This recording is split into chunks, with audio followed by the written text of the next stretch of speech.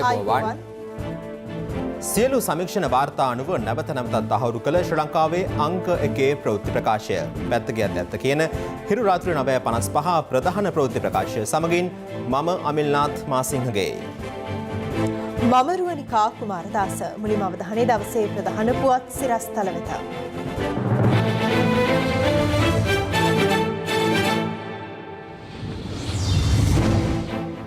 පාස්කු ප්‍රහාරය ගැන ආණ්ඩුවට එල්ලවන චෝදනා ජනපති ප්‍රතික්ෂේප කරයි. දැන් මේ පාස්කු ඉරිදා සිද්ධියට අපේ රජයේ වග කියවන්නයි කියන අභූත පදනම් විරහිත චෝදනා අපි සම්පූර්ණයෙන්ම ප්‍රතික්ෂේප කරනවා.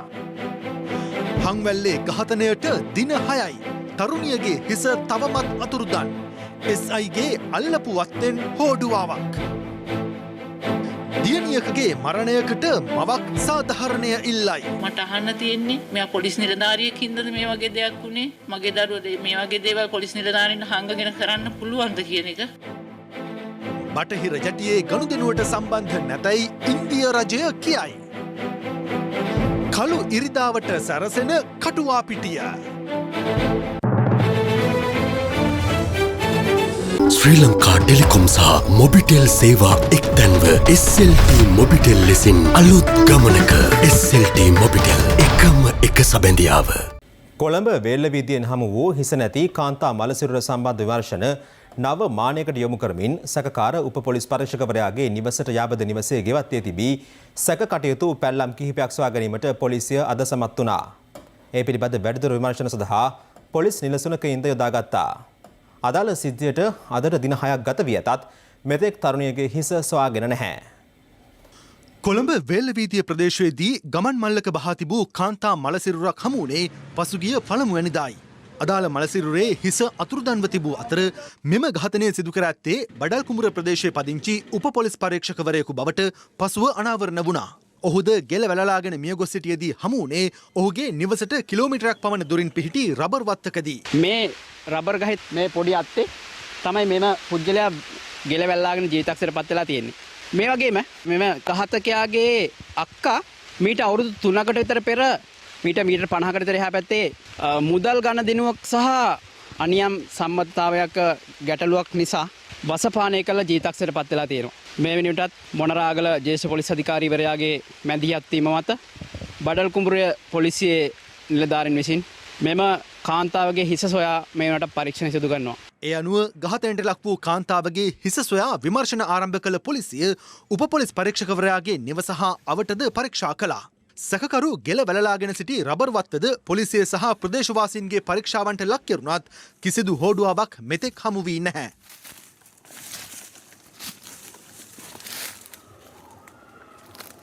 එම ප්‍රදේශයේ විමර්ශන කටයුතු සඳහා කොළඹ වේල්ල වීදිය සහ ආදුරුප්පු වීදිය පොලිස් ස්ථානවල ස්ථානාධිපතිවරුන් ඇතුළු පොලිස් නිලධාරීන් 8 දෙනෙකුගෙන් යුත් කණ්ඩායමක් අද සැකකරුගේ නිවස අවට විමර්ශන කටයුතු ආරම්භ කළා.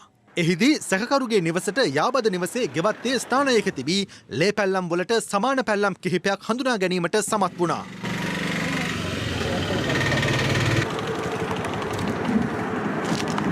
ඒ අනුව ඉදිරි විමර්ශන කටයුතු සඳහා පොලිස් නිලසුනකින්ගේ සහාය ලබා ගත්තේ මෙලෙසින්.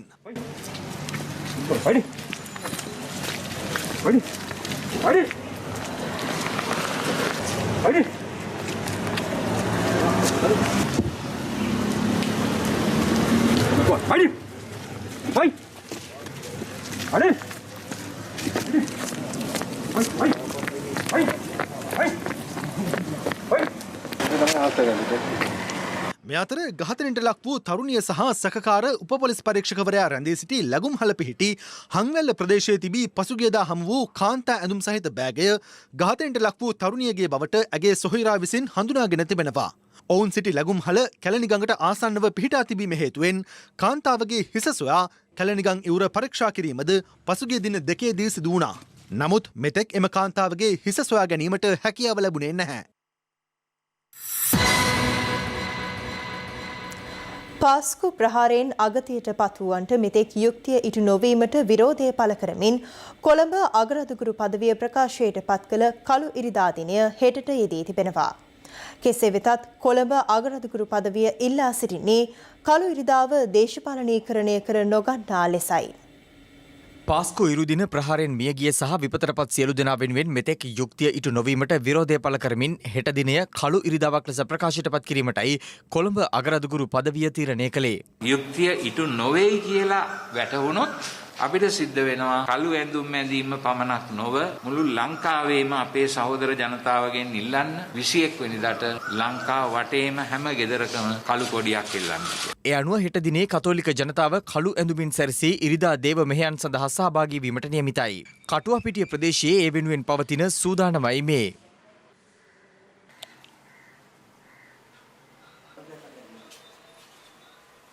හෙට දවසේදී අපගේ සියලුම දේවස්ථානවල ගාහන්ඨාර නාද වෙයි. ඒ වගේම දිව්‍ය පූජාවෙන් පෙර හෝ දිව්‍ය පූජාවේ අගදී ඒ සකසාගත්තු යාඥාව උච්චාරණය කරනවා. ඉතින් අපි ඉල්ලා සිටිනවා මේ සම්බන්ධයෙන් කිසි විරෝධතාවයක් දක්වන්නේ නැතුව වචනෙන් හෝ ක්‍රියාවෙන් හෝ බාධා නොකර ඊට සියලු දෙනාටම සහයෝගය දෙන්නටයි කියා. මෙම මිනිස් ඝාතනය සිදුවී වසර 2ක් ගත වෙද්දිත් එම මහා අපරාධයට මුල්ලුණු අය නීතිය හමුවට තවම ගෙනවිත් නැති බව පෙනෙන්න තිබෙන නිසා මහජනතාව තුළ පක්ෂ ජාති කුල ආගම් බෙහෙදවලින් තොරව විරෝධයක් ගොඩනැගෙමින් තිබෙනවා. එම නිසා මේම විරෝධය පක්ෂ දේශපාලනීකරණය නොකරන ලෙස අපි තාමත්ම ගෞරවයෙන් ආදරයෙන් ඉල්ලා සිටිනවා.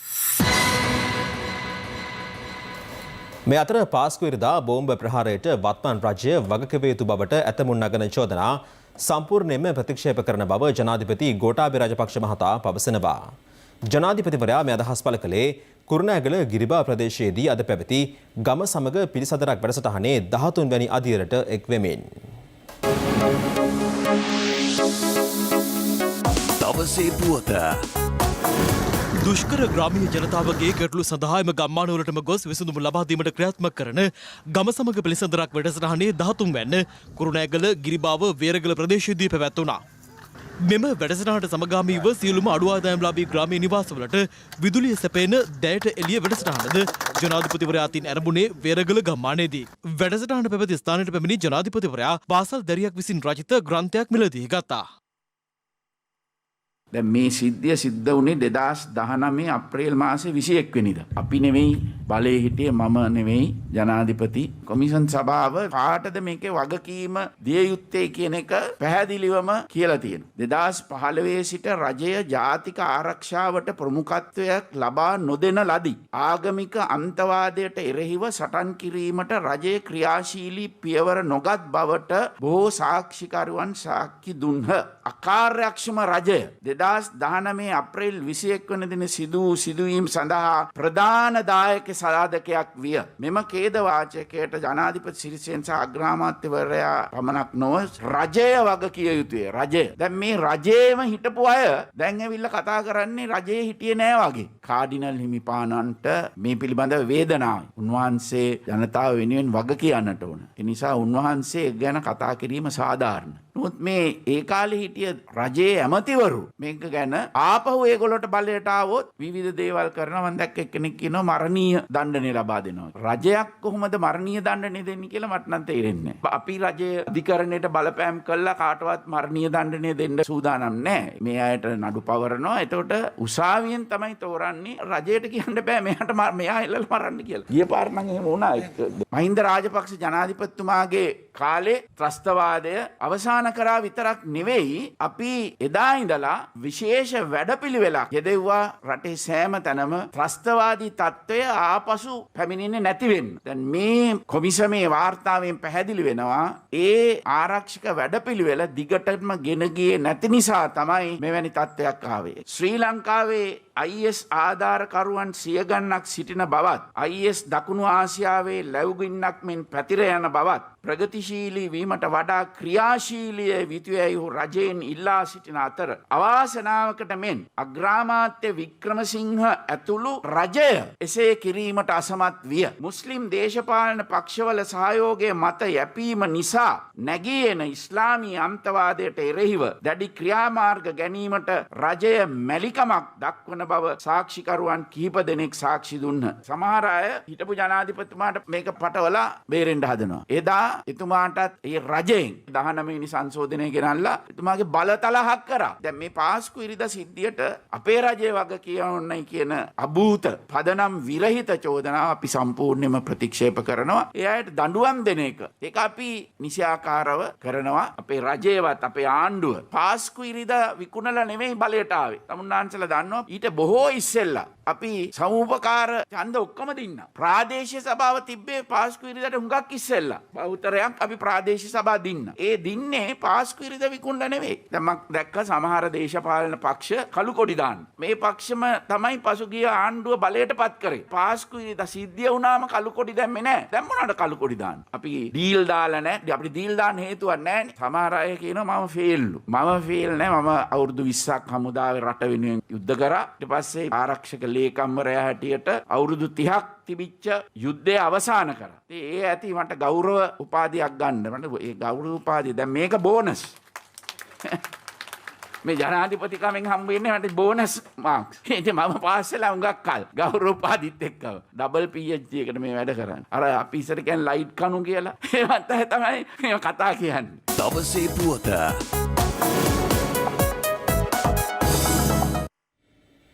මේ අතර සැප්තැම්බර් 11 ප්‍රහාරය පිළිබඳව ඇමරිකාවේ බුද්ධ්‍යංශවලටද තොරතුරු ලැබී තිබුණද එය වළක්වා ගැනීමට නොහැකි වූ බව හිටපු ජනාධිපති මෛත්‍රීපාල සිරිසේන මහතා අද ප්‍රකාශ කළා.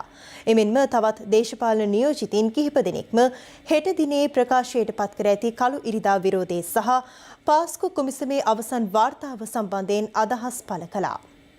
අන්තවාදය, ඉස්ලාම් ත්‍රස්තවාදය මේක අද අපි පමණක් මුහුණ දෙන ප්‍රශ්නයක් නොවන හැම කෙනෙක්ම දන්නවා. මුළු ලෝකෙම මේ තත්ත්වයට මුහුණ දීලා තිබෙනවා. මහා ධන සම්පatti වෙන තාක්ෂණයෙන් ඉහළම ලෝකේ බලවත්ම ධනවත්ම රටට පුළුවන්කම ලැබුණේ නැහැ. ඒ රටට සැප්තැම්බර් 11 ප්‍රහාරය ආරක්ෂක මූලස්ථානයට පෙන්ටගනයක් ප්‍රහාර දීලා ඒ වගේම දහස් ගණනකගේ ජීවිත විනාශ කරපු බින් ලාඩන්ගේ දා ප්‍රහාරය වළක්ව ගන්න. බින් ලාඩන්ගේ ප්‍රහාරය ඊට සති දෙකකට කලින් ඇමරිකානු බුද්ධ්‍යංශවලට ලැබිලා තිබුණා. නමුත් ඇමරිකාවටත් ඒක පුළුවන්කමක් ලැබුණේ නැහැ. ගෞරවනීය හාමුදුරන් වහන්සේලාම කියනවා පාස්කු ප්‍රහාරය පිළිබඳ කොමිෂන් වාර්තාව වෙනස් කරලා කියලා. මැල්කම් කාදිනල් අගරදුගුරුතුමත් කියනවා මෙතන කවුරු හරි මැදිහත් වෙලා වෙනස් කරලා තියෙනවා කියලා. ඒ කියන්නේ විශ්ව සංශෝධනයේට මුස්ලිම් മന്ത്രിවරුන්ගේ ඡන්ද ටික ගත්තා. ඊළඟ ජනාධිපතිවරණයට මුස්ලිම් ජනතාවගේ ඡන්ද ගන්න මේකට වගකියුත්තන්ව හැංගුවා කියලා තමයි උන්වහන්සේ මේ චෝදනා කරන්නේ. 20 වෙනි සංශෝධනයේට මුස්ලිම් පක්ෂ වලින් සහයෝගයක් ලැබුණා. හැබැයි ලැබුණා කියලා අපි ඔවුන් එක්ක ඩීල් එකක් නැහැ. කවුරුවත් රකින්න නැහැ. පාස්කු කොමිෂමට තීන්දුව తీරන අරගෙන මුස්ලිම් අය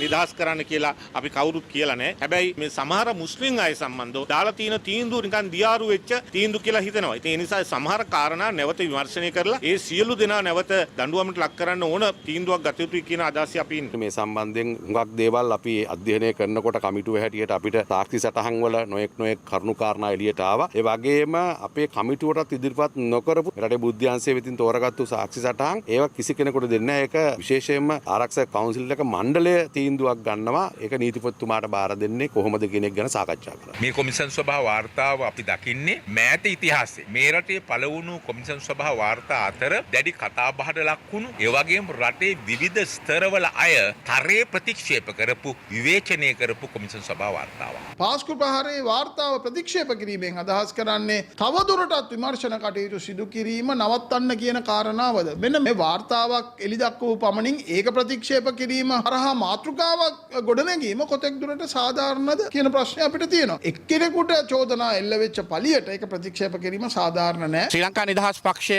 මෛත්‍රීපාල සිරිසේන මහතා සහ රනිල් වික්‍රමසිංහ මහතා ඇතුළු ඒ සියලු දෙනාම මේකට වග කියන්න ඕනේ. වාර්තාවෙන් නිසි ලෙස යමක් හෙළි වෙලා නැත්නම් අපි මොකද කරන්නේ? එහෙමනම් අපි ඉල්ලන්න ඕනේ යුක්තිය වෙනුවෙන් අලුතෙන් වැඩ කටයුතු පටන් ගන්න කියලා. පාස්කු ඉරිදා ප්‍රහාරය සිද්ධ වෙන්නේ පහුගිය රජයට. අද මේ අය වෙස්වලාගෙන ඇවිල්ලා ආයි මේ ගැන උද්ඝෝෂණ පවත්වනවා. මේ තමයි වැරදිකාරු. විරෝධය දක්වන්න තියෙන මේ අපරාධය කරන වෙලාවේ බලයෙන් කොයි. එහෙමනම් මොකක් හරි ලොකු වැරදීමක් මේ කළු ඉරිදා පිටපස්සේ තියෙනවා.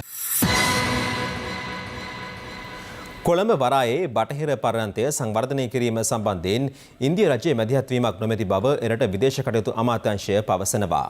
අදාළ ආයෝජනය සඳහා ලක් රජය ඉන්දිය අදානි සමාගම සමග ඍජුව ගනුදෙනු කරන බවයි එරට විදේශ අමාත්‍යාංශයේ ප්‍රකාශකවරයා සඳහන් කළේ.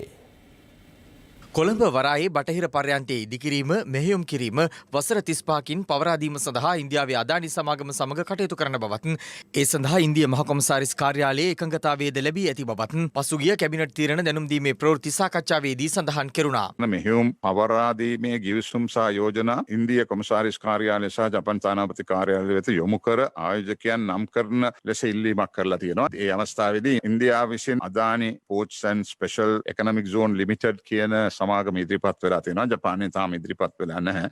කෙසේ වෙතත් එදිනම සවස අප ඒ සම්බන්ධව ඉන්දිය ආරංචි මාර්ග උපුටා දක්වමින් ඉන්දියාවේ ස්ථාවරය වාර්තා කළ අතර එහිදී අප හෙළි කළේ බටහිර පර්යන්තයේ ආයෝජනය සඳහා ඉන්දිය රජය මැදිහත් වීමක් හෝ සම්බන්ධ වීමක් සිදු නොකරන බවයි. මේ අතර අප කළ අනාවරණය නවදිල්ලි නුවර පැවති ප්‍රවෘත්ති සාකච්ඡාවකදී ඉන්දිය විදේශ කටයුතු අමාත්‍යාංශයේ ප්‍රකාශකවරයා ඊයේ නිල වශයෙන් සනාථ කළා. Sri Lanka cabinet note said Western Terminal has been given to India. In fact, it said it has been informed to Indian High Commission. Any details and also your reaction to that, please? Our High Commission in Colombo has already conveyed to the government of Sri Lanka that the media release insofar as the reference to the approval of the High Commission was concerned is factually incorrect. We understand that the government of Sri Lanka has engaged directly with investors on this project. රජය ගෙන යන ක්‍රියාකලාපයේ සම්බන්ධයෙන් තමන් අදහස් ප්‍රකාශ කළේ එය නිවැරදි මාවතට ගෙන යාමේ අරමුණින් බව පාර්ලිමේන්තු මන්ත්‍රී චන්දිම වීරක්කොඩි මහතා පවසනවා. මන්ත්‍රීවරයා මේ බව සඳහන් කළේ තමන් පසුගියදා සිදු කළ ප්‍රකාශයක් සම්බන්ධයෙන් අමාත්‍ය කෙහෙලිය රඹුක්වැල්ල මහතා සිදු කළ අදහස්වලට ප්‍රතිචාර දක්වමින්. රජයේ වැඩපිළිවෙල ගැටලුකාරී බවත් එය නිවැරදි කර නොගතහොත් ජනතාවගෙන් ප්‍රතික්ෂේප විය හැකි බවත් ශ්‍රී ලංකා පොදුජන පෙරමුණේ පාර්ලිමේන්තු මන්ත්‍රී චන්දිම වීරකොඩි මහතා පසුගියදා ප්‍රකාශ කළා. ජනතාව රජය සහ පොහොට්ටුව වැළඳගෙන නෙමෙයි ඉන්නේ. බිම්මට්ටමෙන් අපිව පිළිකුල් කරන පත්තමට ඇවිල්ලා තියෙන්නේ. රජය නියෝජනය කරන මන්ත්‍රීවරයෙක් ලෙස රජයේ වැඩපිළිවෙල විවේචනය කිරීම පිළිබඳව මහනුවරදී පැවති මාධ්‍ය හමුවකදී අමාත්‍ය කෙහෙලිය රඹුක්වැල්ල මහතාගෙන් මාධ්‍යවේදීන් විමසා සිටියා. ශ්‍රී ලංකා දස්පක්ෂ ඡන්දේ විරක්කොඩි මහතා සඳහන් කර පොදුජන එක්සත් කරන මේ වෙනකොට ජනතාවගෙන් බැහැරවීම පවතිනවා කියලා පිළිම චෝදනා. ඔව් ඉතින් මට එතුමාට උත්තරයක් දෙන්න තියෙන්නේ ජනතාව එතුමා බැහැර කරලා තියෙනවනේ දේශපාලන වශයෙන්. ඉතින් එතුමාගේ ප්‍රකාශය සම්බන්ධ මට කියන්න තියෙන්නේ එච්චරයි. එතුමා දේශපාලනයෙන් බැහැර කරලා තියෙන්නේ අපි නෙමෙයි රටේ ජනතාවනේ. කෙසේ වෙතත් අද ගාල්ලේ පැවති මාධ්‍ය හමුවකදී චන්දිම වීරකොඩි මහතාගේ ප්‍රකාශය සම්බන්ධයෙන් යලිත් තම ස්ථාවරය පැහැදිලි කළා. ආකිමිඩිස් රසදිය හොයාගත්ත වෙලාවේ යුරේකා කියලා කෑ ගහගෙන පාරේ හෙළුවෙන් දිව්වා. ඒ වෙලාවේ ආකිමිඩිස් හැටියට ආකාරයට තමයි රජයේ මාධ්‍ය ප්‍රකාශකයා මේ මොහොතේ හැසිරෙන්නේ කියන එක තමයි මට කියන්න තියෙන්නේ. මම ජනතාව ප්‍රතික්ෂේප කරපු කෙනෙක් නම් විශාල පිරිසක් මට ඡන්දෙ දෙන්න එපා කියද්දි ගාලු දිස්ත්‍රික්කයේ 7 දෙනෙක් පත් වෙනකොට මම 4 වෙනියට තෝරගත්තා. ඔය කතා කරන කෙහෙලිය මහත්තයා නුවර දිස්ත්‍රික්කයේ 8 දෙනෙක් පත් වෙනකොට පත් උනේ 5 වෙනියට. ඒ විතරක් නෙමෙයි මහත්තයෝ මම කතා කරන්නේ මහජන මතය තේරෙන මිනිස්සුත් එක්ක ඉන්න කෙනෙක් හැටියට මේ රජය නිවැරදි මාවතට ගෙන යාමේ බලාපොරොත්තු වෙයි. මම කියන දේ වැරදි නම් එතුමා කියන දේ හරි නම් එතුමා කියන දේ හරි කියලා හිතාගෙන ගියොත් මං හිතන්නේ අපිට රජයක් හැටියට අභියෝගවලට මුහුණ දෙන්න සිද්ධ වේවි. ඒ නිසා මට කියන්න තියෙන්නේ ආකිමිඩිස් මේ මොහොතේ හිටපු විදියට රජයේ මාධ්‍ය ප්‍රකාශකයා සිටීම රජයට හානියක් වෙන්න හැකියාව තියෙන තත්ත්වයක් උදා වෙන්න පුළුවන්. COVID-19 වසංගත තත්ත්වයේ බලපෑම මෙරටට ලැබෙන විදේශීය විනිමය අඩුවීමට හේතු වී ඇති බව කර්මාන්ත අමාත්‍ය විමල් වීරවංශ මහතා පවසනවා. අග්‍රාමාත්‍යවරයාගේ ප්‍රධානත්වයෙන් මොණරාගලදී පැවති උත්සවයකදී ඔහු වැඩිදුරටත් සඳහන් කළේ මෙරට කර්මාන්ත ක්ෂේත්‍රයේ උන්නතිය උදෙසා පෞද්ගලික අංශයේ දායකත්වය අත්‍යවශ්‍ය බවයි. මොණරාගල මදුරු කැටිය ප්‍රදේශයේ වසා දමා තිබූ ඇඟලුම් කර්මාන්ත ශාලාවක් ප්‍රතිසංස්කරණය කර නැවත ආරම්භ කිරීම අග්‍රාමාත්‍ය මහින්ද රාජපක්ෂ මහතා අතින් අද සිදු කෙරුණා. මෙමගින් රැකියා අවස්ථා 600ක් අලුතින් උත්පාදනය කරනවා. මේ COVID-19 වසංගත තත්ත්වය ඇතුලේ අපේ රටේ නිමියදුම් කර්මාන්තය විශේෂයෙන්ම අපනයනයේ ඉලක්ක කොට ගත්තා වූ නිමියදුම් කර්මාන්තය සැලකිය යුතු දුෂ්කර අභියෝග රැසකට මුහුණ දීලා තියෙනවා. ජාත්‍යන්තර වෙළඳපොළ තුල අපේ නිමියදුම් නිෂ්පාදකයන් අත්පත් කරගෙන තිබිච්ච අවස්ථාවන් යම් ප්‍රමාණයෙන් අහිමි වී ගොස් තිබෙනවා. එසේ තිබියදී ඒ පිළිබඳ අවධානමට බිය වෙන්නේ නැතුව ඒ අවධානම නිසි පරිදි හඳුනාගෙන අද මුළු මහත් දේශීය ව්‍යවසායකයටම කර්මාන්තකරුවටම ආදර්ශයක් දීලා තිබෙනවා. ඒ ජාත්‍යන්තර වෙළඳපොළේ එන ඕනම අභියෝගයක් ජය ගැනීමේ හැකියාව අපිට තිබෙන බව. අද අපි විදේශ විනිමය අභියෝගයකට මුහුණ දීලා ඉන්නවා. ඒ තත්ත්වය යටතේ මේ රටට විදේශ විනිමය අද්දවන්න පුළුවන් කර්මාන්තකරුවා කියන්නේ මිලකල නොහැකි සම්පතක්. ඉහළ යන බඩු මිල පාලනයට රජයට වැඩපිළිවෙලක් නැතැයි පවසමින් ජනතා විමුක්ති පෙරමුණ විරෝධතාවක නිරත වුණා. ඒ ගම්පහ යක්කල නගරයේදී. මෙම විරෝධතාවයට එක් වූ ජනතා විමුක්ති පෙරමුණේ දේශපාලන නියෝජිතයන් චෝදනා කළේ ඉහළ යන ජීවන වියදම පාලනයට රජයට කිසිදු වැඩපිළිවෙලක් නොමැති බවයි. ජනතාවට දෙනවා කිව්ව වදු සහනෙට මොකද උනේ? සංදර්ශන ඊඩාවයි ආණ්ඩුවේ බන්දුල ගුණන්දන මහත්තයා කියන විදිහට රුපියල් 99ට සීනි කොහෙවත් විකුණන්නේ නැහැ. සම්පකාරයේ සත්ව සීනි ගන්න නැහැ. අද සීනි විතරක් නෙමෙයි මුංගට කවුපි ඒවත් තරම් වැඩි වෙලා තියෙන්නේ. රුපියල් 280ට තිබිච්ච මුංගට කිලෝ එක අද රුපියල් 1200යි. එදා රුපියල් 280ට තිබිච්ච කවුපි කිලෝ එක අද රුපියල් 800යි. රුපියල් 45ට තිබිච්ච ග්‍රෑම් 45 පපඩම් පැකට් එක අද රුපියල් 75යි. බන්දුල ගුණන්දන මහත්තයාගේ උණ්ඩුකු පුච්චි න්‍යාය දැම්මට මොන කයිවාරු ගැහුවත් මේ ආණ්ඩුව බලයට පත් වුණාට පස්සේ අද ජනතාවට දරා ගන්න බැරි විදියට බඩු මිල වැඩි වෙලා ජීවන බර වැඩි වෙලා තියෙනවා. මේක කොරෝනා හින්දා ඇතිවෙච්ච තත්වයක් නෙමෙයි. මේතර තියෙන්නේ ආණ්ඩුවේ ගජමිතුරන්ගේ මාෆියාව. බන්දුල ගුණන්දන මහත්තයාගේ සූත්‍ර හරියන්නේ නැහැ. ඔය ගැසට් ගැහුවට මේක හරියන්නේ නැහැ. අපිට මතකයි ඡන්දෙට කලින් මහින්ද රාජපක්ෂ ඇහුවා අල කෑවද ලුණු කීයද දැන් සපද කියලා තමයි ඇහුවේ. අල කිලෝ එක රුපියල් 200යි ලුණු කිලෝ එක රුපියල් 200යි අද පොල් ගෙඩිය රුපියල් 130යි හිරමනේ දාන්න බැරි පොල් ගෙඩිය රුපියල් 180යි. මේ අතර පවතින බඩු මිල සම්බන්ධයෙන් පූජ්‍ය ඇල්ලේ ගුණවංශ හිමියන් පසුගියදා සිදු කර තිබූ ප්‍රකාශයක් සම්බන්ධව කරුණු පැහැදිලි කිරීම සඳහා අමාත්‍ය බන්දුල ගුණවර්ධන මහතා අද පස්වරුවේ කොළඹ ධර්මායතනයට පැමිණියා. මේ ලෝකේ තියෙන බරපතල භයානකම සටන ජීවත්වීමේ සටන. ඒ සටනට රජය ප්‍රමුඛ ස්ථානයක් දී ක්‍රියා කළ යුතුයි කියන මත ඒකයි මා ඉන්න දැන් අවුරුද්ද ළඟ එනවා. ඒ නිසා තමයි මම කිව්වේ වැඩිම බඩු මිල අධිකයි කියලා. අඩු කරන්න කියලා. දැන් ජනතාව වැටෙනකොට ඒක පන්සලට බොහොම දැඩි ලෙස දැනෙනවා. පෑන්ජන් 3-4ක් එක්ක දානේ දීප පවුල් වල දැන් එන්නේ තමයි පොල් සම්බල පරිප්පුටයක් එක්ක දානයක් එන්නේ. රටේ ජනතාව පරිත්‍යාගයක් සිදු කරනවා මේ වෙලාවේ කොරෝනා ප්‍රශ්නයත් එක්ක. දේශපාලනඥයෝ පරිත්‍යාගශීලීත්වය කරන්නේ නැහැ. මම කිව්වේ මහා මාර්ගයේ ගමන් කරනකොට වාහන කීපයක් හැමති කෙනෙක් එක්ක යනවා. ඒ යනවා විතරක් නෙවෙයි අපි කාණු වලට බහින්න වෙලා තියෙන අර පරණ තත්ත්වෙමයි. මම දැක්ක හුඟක් රාත්‍රී සාද එහෙම බොහොම ලොකු තැන්වල පවත්වනවා ගිහිල්ලා. ඒගොල්ලෝ හමු වෙලා පාටි දානවා. දැන් පොඩි ආදර්ශයක් දිය යුතුයි නේද මේ ජනතාවට. කොහොමත් අපි ඉන්නේ එච්චර සතුටකින් නෙවෙයි. එච්චර නෙවෙයි කොහෙත්ම නැහැ. අමාත්‍යතුමා නමුත් අපි දැක්ක අදින්නේ විදේරත් මන්ත්‍රීතුමා ඇතුළු කණ්ඩායමක් උද්ඝෝෂණය කරනවා භාණ්ඩ මිල 100ට 300 400 කියලා සතුසේ බඩු නැහැ කියලා කියන්නේ. එතුමන්ලා සතුසයක් ළඟට ගිහිල්ලා උද්ඝෝෂණය කළොත් මට එතන ඒ සතුසේ තියෙන ස්ථානයට ඇවිල්ලා උත්තර දෙන්න පුළුවන්. රට තුළ නීතිය සාමය සහ ජාතික ආරක්ෂාව පිරිහි ගොස් ඇතැයි විපක්ෂ නායක සජිත් ප්‍රේමදාස මහතා චෝදනා කරනවා. විපක්ෂ නායකවරයා මේ අදහස් පළ කළේ තිස්සමහරම් ප්‍රදේශයේ පැවති විපක්ෂ නායක ජංගම සේවයට එක්වෙමින්. අද වෙන විට රටේ නීතිය හා සාමය සම්පූර්ණයෙන්ම වල්වැදිලා. රට තුල නීතිය ක්‍රියාත්මක වන්නේ නැහැ. රට තුල ප්‍රචණ්ඩත්වය, මර්ධනය, මංකොල්ල කෑම, මිනීමැරුම දැන් රටේ බොහෝ තැන්වල ක්‍රියාත්මක වෙනවා. රට තුල නීතිය, සාමය, ජාතික ආරක්ෂාව ස්ථාපනය කරනවායි කියලා බලයට පත්වුණු ආණ්ඩුව. ඇයි ඒ වගකීම ක්‍රියාත්මක කරන්නේ? නීතිය පිළිබඳව විශ්වාසයක් නැහැ. කාට හරි හිතුනොත් කවුරු හරි මරන්න ඒ පුද්ගලයාව මරලා දමනවා. මරලා දමනවා විතරක් නෙවෙයි බෙලිත් කපනවා. මෙන්න රටේ තත්ත්වය. දැන් මොකද්ද මේකෙන් අපිට පේන්නේ? රට තුල විනය පැත්තෙන් ලොකු පිරිහීමක් තිබෙනවා. රටේ නීතියට ගරු කිරීමක් නැහැ. සමගි ජන බලවේග රජයක් තුල අපි ශක්තිමත් රජයක් කරහා රට තුල මිනීමැරුම දූෂණය ළමාපචාර ජන සමාජයෙන් ඉවත් කරන්නට අවශ්‍ය දැඩි නීති රීති ගෙන එන්නට අපි සූදානම්.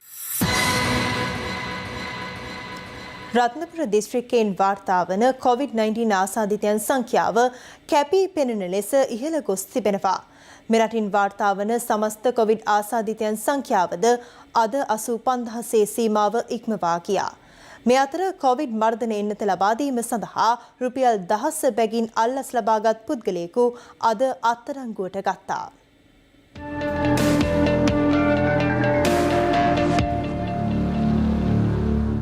COVID-19 ආසාදිතයින් 376 දෙනෙකු අද හඳුනාගත් අතර ඒ සමග මෙරට සමස්ත ආසාදිතයින් සංඛ්‍යාව 85330ක් දක්වා ඉහළ ගියා. පුද්ගලයන් 448 දෙනෙකු අද සුව ලැබූ අතර ඒ අනුව සුව වූ සංඛ්‍යාව සටහන් වන්නේ 81769ක් ලෙසයි. රත්නපුර දිස්ත්‍රික්කයෙන් ආසාදිතින් වාර්තා වීම පසුගිය දින කිහිපය පුරා ඉහළ අගයක් ගත් අතර වැඩි ආසාදිතින් පිරිසක් ඇහැලියගොඩ, ඇඹිලිපිටිය, බලංගොඩ සහ අයගම් ප්‍රදේශ වලින් වාර්තා වනවා. කොවිඩ් අවදානම සැලකිල්ලට ගනිමින් ඇඹිලිපිටිය නගර සභා සීමාවේ සියලුම අමතර පන්ති, දහම් පාසල්, පෙර පාසල් සහ ගෘහස්ස උත්සව පැවැත්වීම සති දෙකකට අත්විඳීමටයි ඇඹිලිපිටිය කොවිඩ් පාලන ප්‍රාදේශීය කමිටුව තීරණය කර තිබෙන්නේ. ලක්ෂපාන විදුලි බලාගාරයේ සේවකයන් 10 දෙනෙකුටද COVID-19 වෛරසය ආසාදනය වී තිබෙනවා. ඒ අනුව ඉන් වාර්තා වූ සමස්ත ආසාදිතයන් සංඛ්‍යාව 13ක්. මේ හේතුවෙන් එම ජලවිදුලි බලාගාරයේ සේවකයන් 140 දෙනෙකු කොවිඩ් පරීක්ෂණ සඳහා යොමු කර තිබෙනවා. මේ අතර බෝකුන්ද්‍ර ආර්ථික මධ්‍යස්ථානයේ නව ආසාදිතයින් 20 දෙනෙකු වාර්තා වී ඇති අතර ඒ අනුව ඉන් හඳුනා ගැන්වූ සමස්ත ආසාදිතයින් පිරිස 33ක් දක්වා ඉහළ ගියා. මෙම පිරිස හඳුනාගෙන ඇත්තේ පුද්ගලයන් 129 දෙනෙකු අතරින්. කැස්බෑව නගර සභාවේ ජනතා විමුක්ති පෙරමුණ නියෝජනය කරන මන්ත්‍රීවරයෙකුටද වෛරසය ආසාදනය වී තිබෙනවා. කැස්බෑව පළාත් පාලන ආයතනය සම්බන්ධයෙන් කරන ලද පරීක්ෂණ වලින් දැනට 11 දෙනෙක් රෝගීන් හඳුනාගෙන තියෙනවා. සියලුම සේවක මණ්ඩලයේ පරීක්ෂණ වලට යොමු කර තිබෙනවා. එක් නාගරික මන්ත්‍රීවරයෙක් පොසිටිව් වෙලා තියෙනවා. බදුල්ල මහරුහලේ පිළිකා වාට්ටුවෙන් කොවිඩ් ආසාදිතයින් 34 දෙනෙකු ඊයේ වාර්තා වූ අතර පිළිකා ශල්‍ය වාට්ටුවේ සේවය කළ තවත් ගර්භණී වෛද්‍යවරියකට සහ පවිත්‍රතා අංශයේ සේවකයෙකුට කොවිඩ් ආසාදිත බව අද හඳුනාගත්තා. එම රෝහලේ පිළිකා වාට්ටුව සංකීර්ණය මේ වන විට හොදකලා කර ඇති අතර තවත් කොවිඩ් පරීක්ෂණ 70ක පමණ ප්‍රතිඵල ඉදිරියේදී ලැබීම නියමිතයි. මේ අතර බදුල්ල සෞඛ්‍ය වෛද්‍ය නිලධාරී කොට්ටාසෙන් පළමු කොවිඩ් මරණය වාර්තා වී තිබෙනවා. පුද්ගලයා අවුරුදු 72ක් වයසේ පිරිමි පුද්ගලයෙක් පිළිකා රෝගී තත්ත්වයක් හේතුවෙන් ඔහුට රෝහලේදී කොවිඩ් රෝගය වැළඳීම නිසා මිය ගිහිල්ලා තියෙනවා. රෝහලේදී නේ කොවිඩ් මර්ධන එන්නත ලබා දුන් පුද්ගලයන් සංඛ්‍යාව අද 7 ලක්ෂයේ සීමාව ඉක්මවා ගියා. කොළඹ මහනගර සභා සීමාවෙත් විශාල පිරිසක් සඳහා එන්නත් කරන වැඩසටහනක් ක්‍රියාත්මක වුණා. කොළඹ නගර සභා ඉතිහාසයේ දැවැන්තම එන්නත් කරන වැඩසටහන අපි එක දිනයකට 7000ක් පමණ එන්නත් කරනකොට මෙහිදී විශේෂයෙන්ම ලබන බදාදා සිට ලෝක සෞඛ්‍ය සංවිධානය විසින් ලබා දෙන කොවැක්ස් මාත්‍රා 80000ක් කොළඹ නගරයට ලැබීමට නියමිතයි. විශේෂයෙන්ම 60 සහ 60ට වැඩි ජ්‍යෙෂ්ඨ පුරවැසියන් සඳහා පමණක් එය ලබා දීමට කටයුතු කිරීම සඳහා අප විසින් කටයුතු සූදානම් කරලා තියෙනවා. යම් එන්නත් මධ්‍යස්ථානයකින් එන්නත් ලබා ගැනීමට නොහැකි වුණු කෙනෙක් ඉන්නවා නම් ඒ සියලු දෙනාටමත් අපි එන්නත ලබා දීමට කටයුතු කරනවා. ඒ කටයුත්ත සඳහා පළාතේ සෞඛ්‍ය වෛද්‍ය නිලධාරීවරයා හෝ මහජන සෞඛ්‍ය පරීක්ෂකවරයා හමු වී මේ පිළිබඳව සාකච්ඡා කරගන්න ඒ අය අවශ්‍ය වැඩපිළිවෙලක් සකස් කරනවා ඇති. මේ අතර යුද හමුදාපති ජෙනරාල් ශවෙන්ද්‍ර සිල්වා මහතා කොවිෂීල්ඩ් එන්නත අද පෙරවරුවේ යුද හමුදා රෝහලේදී ලබාගත් අතර එම අවස්ථාවට මෙරට ඉන්දියානු මහ කොමසාරිස් ගෝපාල් බග්ලේ මහතාද එක්ව සිටියා. කොවිඩ් මර්ධනය සඳහා සහභාගී වී සිටින ඉදිරි පෙළ හමුදා සමාජිකයින් 63000කට පමණ එන්නත ලබා දීමෙන් පසු යුද හමුදාපතිවරයා එන්නත ලබා ගැනීම විශේෂත්වයක්. මේ අතර කොවැක්ස් පහසුකම යටතේ මෙරටට හිමිවන එන්නත්වගේ පළමු කොටස ලෙස කොවිෂීල්ඩ් එන්නත් මාත්‍රා 2,64,000ක් අද මධ්‍යම රාත්‍රියේ දිවයිනට ගෙනෙන බව රාජ්‍ය මාත්‍ය මහාචාර්ය චන්න ජයසුමන මහතා සඳහන් කළා. මේ අතර කොවිඩ් මර්ධන එන්නත ලබා දීම සඳහා රුපියල් 10 බැගින් අල්ලස් ලබාගත් කොළඹ මහනගර සභාවේ ඩීන්ස් පාරේ පිහිටි සෞඛ්‍ය වෛද්‍ය නිලධාරී කාර්යාලයට අනුබද්ධ සෞඛ්‍ය සේවකයෙකු මරදාන පොලිසිය මගින් මරදානයේදී අත්අඩංගුවෙන් තිබෙනවා.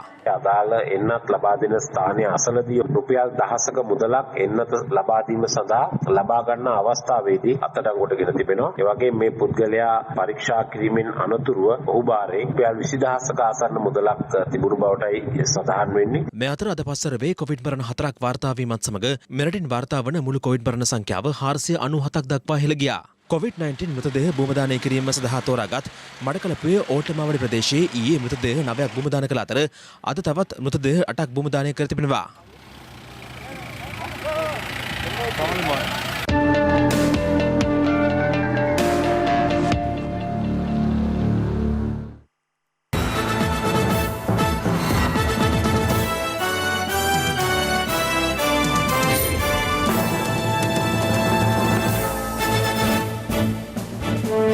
පොලිස් නිලධාරියෙකු සමග ෆේස්බුක් ඔස්සේ ඇතිකරගත් ප්‍රේම සබඳතාවකින් විවාහ වූ තරුණියක් පසුකාලීනව එල්ල වූ වදහිංසා හේතුවෙන් සියදිවි නසාගෙන ඇති පුවතක් සීදුව ප්‍රදේශයෙන් වාර්තා වනවා. ආර්.එල්. චන්ද්‍රා ප්‍රභා ජනාද්‍රේ නම් 26 හැවිරිදි මෙම තරුණිය පසුගිය වසරේ මාර්තු මාසයේදී පොලිස් නිලධාරියෙකු හා විවාහ වී ඇත්තේ ෆේස්බුක් ඔස්සේ ඇතිකරගත් ප්‍රේම සබඳතාවකට අනුවයි.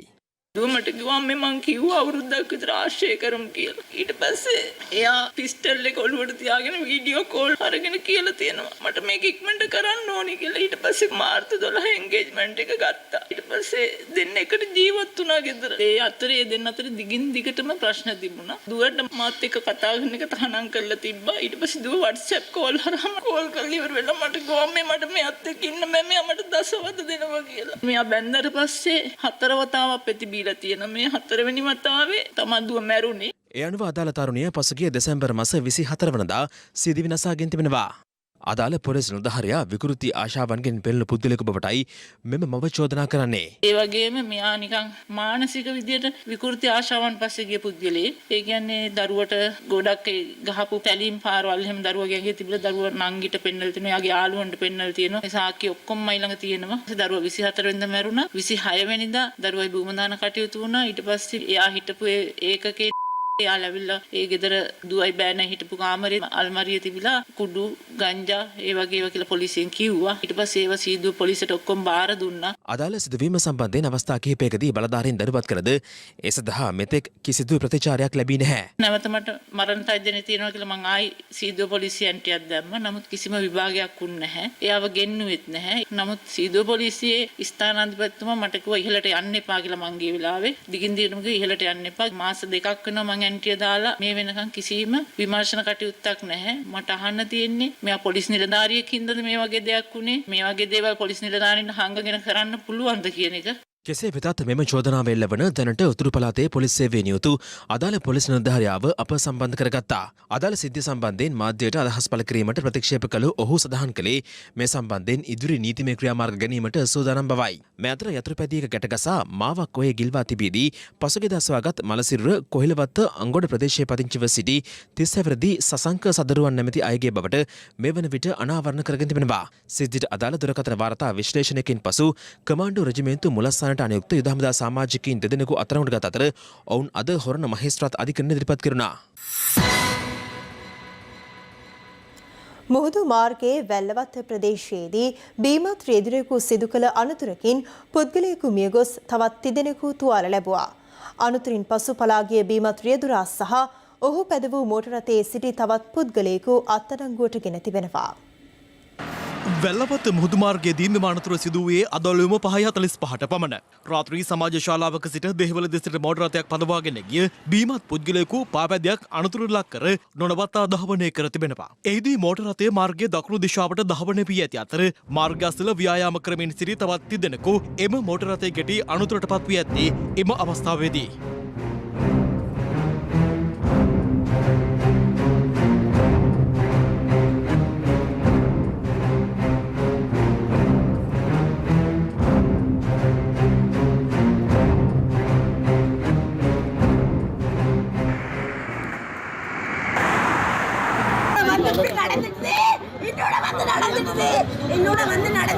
අනතුරින් පසු නොනවත්වා දහවනය කළ මෝටර රථය තවත් පුද්ගලයෙකු විසින් හඹා ගොස් නතර කරගෙන තිබෙනවා. තුන්දෙනා එකට ජොගින් කර කර ආවේ ටක්කල පැන්න 99 තප්පරය මගේ වාහනේ තප්පරින් හප්පගෙන ගියා. නැවැත්තුවේ නෑ මෙයා සම්බන්ධවට ගිහලා මම තමයි ෆලෝ කරලා අනතුරින් මියගිය පාපැදිකරු 56 හැවිරිදි පුද්ගලයෙකු වන අතර ඔහු වැල්ලවත්ත රාජසිංහ පාරේ පදිංචිකරුවෙක්. මේ බීමත් පුද්ගලයා කොළඹ රාත්‍රී සමාජ ශාලාවකින් පිටව පැමිණ මේ ආකාරයට මෙම අනතුර සිදු කර ඇති බවට වාර්තා වෙනවා. මේ බීමත්කම නිසාම මේ පුද්ගලයාට වාහනය හසුරුවා ගැනීමට හැකියාවක් නැහැ. සිද්ධිය සම්බන්ධයෙන් පරීක්ෂණ පවත්වන වැල්ලවත්ත පොලිසිය මෝටර රථය පැදවූ පුද්ගලයා සහ එහි සිටි තවත් අයෙකු අත්අඩංගුවට ගත්තා. ඔවුන් නාරාහෙම්පිට සහ කඩුවෙල ප්‍රදේශයේ පදිංචි පුද්ගලයින් බවයි පොලිසිය පැවසුවේ.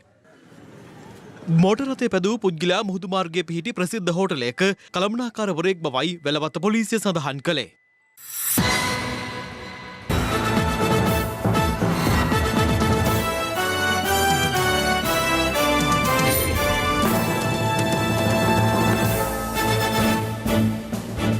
දැන් රටවටා හිරු.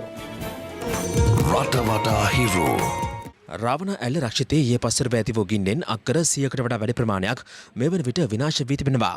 ගුවන් හමුදා මාධ්‍ය ප්‍රකාශක ගෲප් කපිතාන් දුෂාන් විජේසිංහ මහතා පැවසුවේ බෙල් 212 වර්ගයේ හෙලිකොප්ටර් යානයක් ගින්න මැඩ පැවැත්වීමේ මෙහෙයුම් සඳහා යෙද වූ බවයි.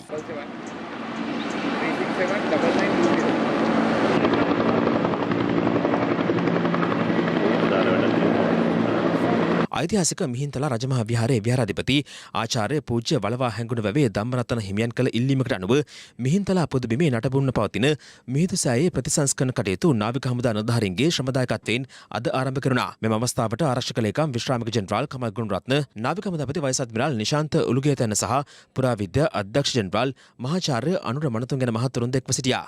විනාශ කිරීම සඳහා අධිකරණ නියෝගයක් නිකුත් කර තිබූ කසල තේතොගයක් ප්‍රවාහනයට සූදානම් කරමින් සිටි පුද්ගලයන් සිව් දෙනෙකු අත්අඩංගුවට ගැනීමට පොලිස් විශේෂකාර බලකායේ ගෝනහේන කඳවුර නිලධාරීන් සමත් වී තිබෙනවා. කන්තලේ නගරයේ පිහිටි බේකරයකින් මිලදීගත් බනිස් පැකට්ටුවක් තුළ තිබී කෘමියෙකු හමු වී ඇති අතර එම නගරයේම තවත් බේකරයකින් මිලදීගත් පාන් ගෙඩියක් තුළ තිබී ප්ලාස්ටර් කැබැල්ලක් හමු වී තිබෙනවා. පරිභෝජනයට නුසුදුසු ආහාර අලෙවි කිරීමේ චෝදනාව මත එම බේකරිවලට එරෙහිව ඉදිරියේදී නීතිමය පියවර ගන්නා බව ප්‍රදේශයේ බාර සෞඛ්‍ය වෛද්‍ය නිලධාරීවරයා පැවසුවා. ඒ සමගින් අදට ඔබෙන් සමගන්නවා. පැත්ත නොගත් ඇත්ත දැනගැනීමේ අයිතිය තවදුරටත් තහවුරු කරගන්න තිරේ දිස්සන පරිදි ඔබගේ චංගම දුරකථන ජාලය අනුව හිරු SMS ප්‍රවෘත්ති සේවාව සක්‍රිය කරගන්න. ජනිත හමුවෙමු හෙට මධ්‍යහන 11:55 ප්‍රවෘත්ති ප්‍රකාශයේ. සුබ රාත්‍රියක්.